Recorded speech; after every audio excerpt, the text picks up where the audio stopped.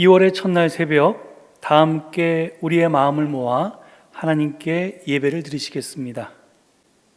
오늘 우리에게 주시는 하나님의 말씀은 요나서 3장 1절에서 10절까지의 말씀입니다. 오늘 말씀을 제가 봉독해 올리겠습니다. 주님께서 또다시 요나에게 말씀하셨다. 너는 어서 저 큰 성읍 니느웨로 가서 이제 내가 너에게 한 말을 그 성읍에 외쳐라. 요나는 주님께서 말씀하신 대로 곧 길을 떠나 니느웨로 갔다. 니느웨는 둘러보는 데만 사흘 길이나 되는 아주 큰 성읍이다. 요나는 그 성읍으로 가서 하루 길을 걸으며 큰 소리로 외쳤다. 40일만 지나면 니느웨가 무너진다. 그러자 니느웨 백성들은 하나님의 말씀을 믿고 금식을 선포하고 그들 가운데 가장 높은 사람으로부터 가장 낮은 사람에 이르기까지 모두 굵은 베옷을 입었다. 이 소문이 니느웨의 왕에게 전해지니 그도 임금의 의자에서 일어나 걸치고 있던 임금의 옷을 벗고 굵은 베옷을 입고 잿더미에 앉았다. 왕은 니느웨 백성에게 다음과 같이 선포하였다. 왕이 대신들과 더불어 내린 칙령을 따라서 사람이든 짐승이든 소떼든 양떼든 입에 아무것도 대서는 안 된다. 무엇을 먹어도 안 되고 물을 마셔도 안 된다. 사람이든 짐승이든 모두 굵은 배 옷만을 걸치고 하나님께 힘껏 부르짖어라. 저마다 자기가 가던 나쁜 길에서 돌이키고 힘이 있다고 휘두르던 폭력을 그쳐라. 하나님께서 마음을 돌리고 노여움을 푸실지 누가 아느냐? 그러면 우리가 멸망하지 않을 수도 있다. 하나님께서 그들이 뉘우치는 것, 곧 그들이 저마다 자기가 가던 나쁜 길에서 돌이키는 것을 보시고 뜻을 돌이켜 그들에게 내리시겠다고 말씀하신 재앙을 내리지 않으셨다. 아멘. 이 영상을 녹화하고 있는 오늘 1월 31일은 겨울이지만 기온이 그다지 낮지 않습니다. 하지만 일주일 전만 해도 지난 12월 중순에 이어 다시 최강 한파가 우리나라를 덮쳤었습니다. 이번에는 피해가 없었지만 지난 12월 최강 한파 때는 교회 주방 하수도가 얼어서 하수가 역류하는 피해를 보았습니다. 사실 이번 겨울은 평균보다 따뜻했는데 이렇듯 잠깐씩 내려오는 북극 한파가 기온을 영하 20도 가까이 끌어내려서 강추위의 하수도가 견디지 못했던 것입니다. 그래도 우리나라는 양반이었습니다. 미국은 북극 한파가 2주나 계속되었고 폭설과 강풍까지 겹쳐 많은 인명피해를 보았습니다. TV 뉴스를 보니 한 미국인이 날씨가 미쳤다고 탄식하더군요. 그렇습니다. 요즘 세계 각국의 날씨가 미쳤습니다. 그 이유가 기후변화 때문이라는 것은 이제 상식에 속합니다. 문제는 그 변화 속도가 우리 예측보다 더 빠르다는 것입니다. 세계기상기구 WMO는 지난 1월 13일에 작년 지구 평균 기온이 산업화 이전보다 1.45도씩 상승했다고 밝혔습니다. 이는 과학자들이 마지노선이라고 말했던 1.5도씨 상승까지 겨우 0.05도씨 남았다는 뜻입니다. 그렇다면 0.05도씨 상승까지 얼마의 시간이 남았을까요? 기후위기 시계는 오늘 현재 5년 172일이 남았다고 가리키고 있습니다. 그래서 유엔은 더 늦기 전에 지금 당장 행동해야만 한다고 호소하고 있습니다. 이런 비상한 시기에 우리는 다시 곧 사순절을 맞게 됩니다. 오는 2월 14일이 바로 사순절이 시작되는 성회 수요일입니다. 제가 활동하고 있는 기장 생태공동체 운동본부는 작년에 이어서 올해도 기후위기 극복을 위한 기장교회 2024 사순절 탄소 금식을 실시할 예정입니다. 특별히 올해는 작년 자료에다가 농촌교회 교우 및 어린이 교우를 위한 자료도 첨부해서 도시와 농촌 그리고 어른과 어린이 모두 참여하도록 확대했습니다. 작년에 탄소금식 자료를 만들어 배포했을 때 많은 목사님께 감사 인사를 받았습니다. 그런데 일반 교우들에게 탄소금식이라는 용어가 너무 생소하고 낯설다는 볼멘 소리도 들었습니다. 이는 기장 교회까지도 기후위기에 대한 교육이 매우 부족하다는 뜻일 것입니다. 우리 교회는 이제 더는 이런 교육은 필요하지 않지만 혹시 몰라서 아주 잠깐 기초적인 이야기를 하겠습니다. 인간이 행하는 것들 대부분은 온실가스를 배출하는 일입니다. 현대 사회에서 에너지의 사용 없이 할 수 있는 것은 거의 없기 때문입니다. 문명화라고 하는 것은 곧 에너지의 사용을 의미합니다. 그런데 산업화 이후에 인류가 사용해온 에너지의 대부분은 탄화수소, 즉 화석연료였습니다. 따라서 우리가 사용하는 에너지는 화석연료를 태우는 것에서 비롯되었고 그때마다 이산화탄소가 배출되었습니다.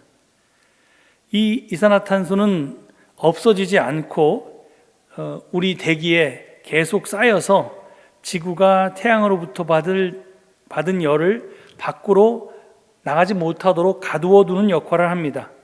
그래서 이산화탄소를 온실가스라고 하는 것입니다. 그리고 이 온실가스 때문에 지구의 평균 기온이 점점 올라갔던 것입니다. 앞에서 인간이 행하는 것들 대부분은 온실가스를 배출하는 일이라고 했습니다. 그렇습니다. 인간이 생활하는 데 기본적으로 필요한 의식주, 즉 옷과 음식과 집을 생산하고 유통하고 소비하고 폐기하는 전 과정에 에너지가 쓰이고요.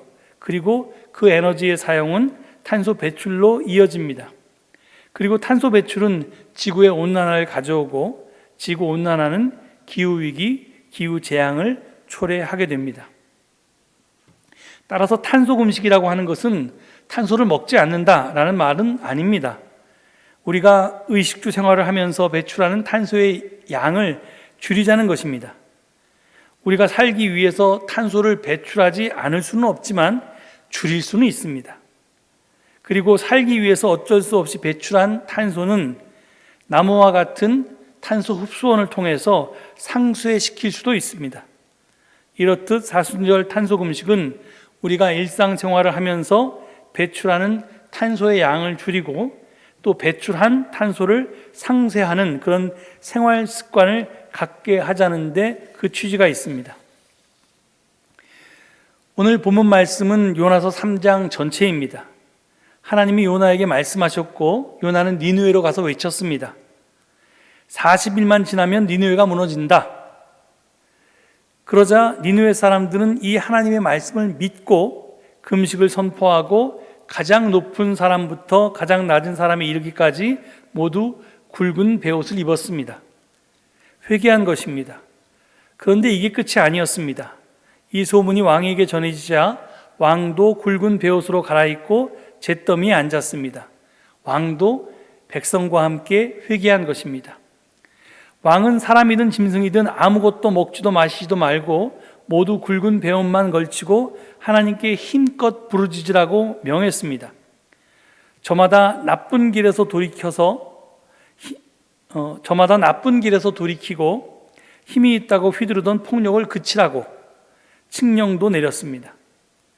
하나님은 이렇듯 이들이 회개하는 걸 보시고 뜻을 돌이켜서 그들에게 내리시려던 재앙을 내리지 않으셨습니다. 저는 니느웨 백성의 회개 사건에서 기후재앙 앞에 놓인 인류의 살 길을 발견했습니다. 먼저 저들은 예언자 요나를 통해서 선포된 40일만 지나면 니느웨가 무너진다는 하나님의 경고를 듣고 믿었습니다. 성경은 북이스라엘과 남유다의 백성과 지도자들이 예언자를 통해 선포된 하나님의 경고를 듣지도 않았거나 아니면 듣고도 믿지 않고 무시한 수많은 예를 우리에게 전달해 주고 있습니다. 이와 비슷하게 우리는 1980년대와 1990년대에 과학자들이 이미 엄중히 경고했음에도 불구하고 이 지구온난화, 기후변화, 또 지금 초래되고 있는 기후위기에 대해서 듣고도 믿지를 않았습니다. 지구온난화나 기후변화는 거짓말이다 라고 주장한 가짜 뉴스가 지난 수십 년간 얼마나 많았습니까? 트럼프 전 미국 대통령이 대표적인 인물 아닙니까? 그 결과 1991년부터 2021년까지 30년간 배출한 이산화탄소의 양이 인류가 출현한 이후 1990년까지 배출한 양보다 훨씬 더 많습니다. 인류가 출현해서 1990년까지 배출한 탄소의 양은 7,850억 톤이고요. 그리고 과학자들이 80년대, 90년대에 그렇게 경고했음에도 불구하고 91년부터 지금 이제 2021년까지 배출한 양은 9,480억 톤입니다. 그래서 우리는 그 아까운 시간을 낭비했고요. 지금 벼랑 끝에 서 있게 된 것입니다. 둘째로 니느웨 백성과 지도자는 금식을 선포하고 베옷을 입었습니다. 이는 금식과 베옷 착용을 개인적인 차원에서 한 것이 아니라 공동체 차원에서, 사회적 차원에서 했다는 그런 뜻입니다. 혼자 하지 않고 함께 했고 몰래 하지 않고 공개적으로 했다는 말입니다. 지구온난화가 기후변화를 가져오고 이는 결국 기후위기와 기후재앙을 초래한다는 사실을 듣고 알고 믿게 되었다면 우리는 그것을 혼자 알거나 믿으면 안 되고요. 공동체적으로 사회적으로 알리고 그것을 드러내야 합니다.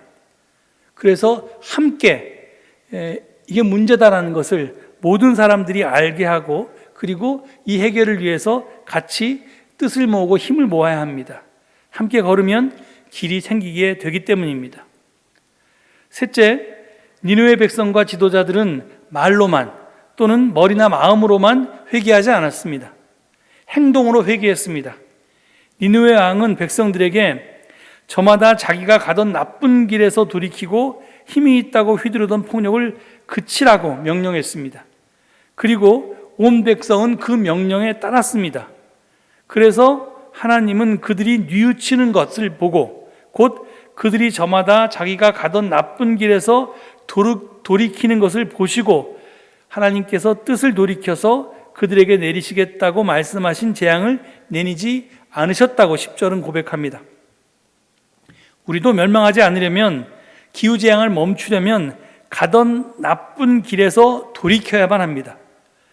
탄소 배출을 신경 쓰지 않고 살던 삶의 길에서 돌아서야 합니다. 탄소 금식을 생활화해야 합니다. 탄소 금식이 구호나 캠페인에 그치면 안 되고요. 우리의 삶이 되어야만 합니다. 근본적인 전환, 메타노이아, 회개가 우리에게 필요합니다. 물론 개인 일상생활의 변화를 넘어서 사회적, 국가적, 국제적인 법적 제재와 에너지 전환이 꼭 필요하고요. 그것이 지구를 구하는 데 더 효과적입니다.